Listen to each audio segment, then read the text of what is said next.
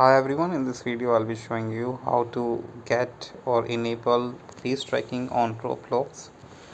So guys, first of all you have to tap on three dot. Now you have to scroll down and click on settings. Now you have to click on or tap on privacy. In privacy, if you scroll down and you will see here two options, microphone and camera input. Just enable the second permission, camera, to get face tracking on Roblox by tapping on this toggle button.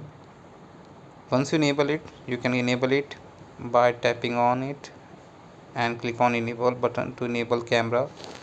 So Roblox can use your camera for the face tracking. So basically how it does, it will use your camera to animate your avatar with your movement. So uh, it will track your movement and animate with your avatars.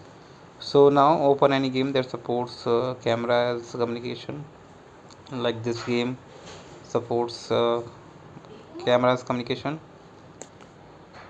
and now click on this play button. So now once you're in the game guys, you just need to get face tracking, you just need to tap on this video icon at avatar's head. Just tap on it to get face tracking, and now you can see this green dot in face cam. This green dot shows that Roblox is using a camera. And as you can see, right now I'm lying down on my bed, and it's like you can see that the movement of the head as I'm moving my head.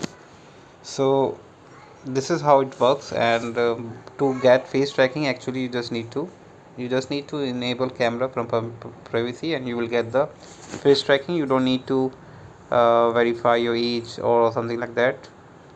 So yeah, hope you like it. Thanks for watching. Bye.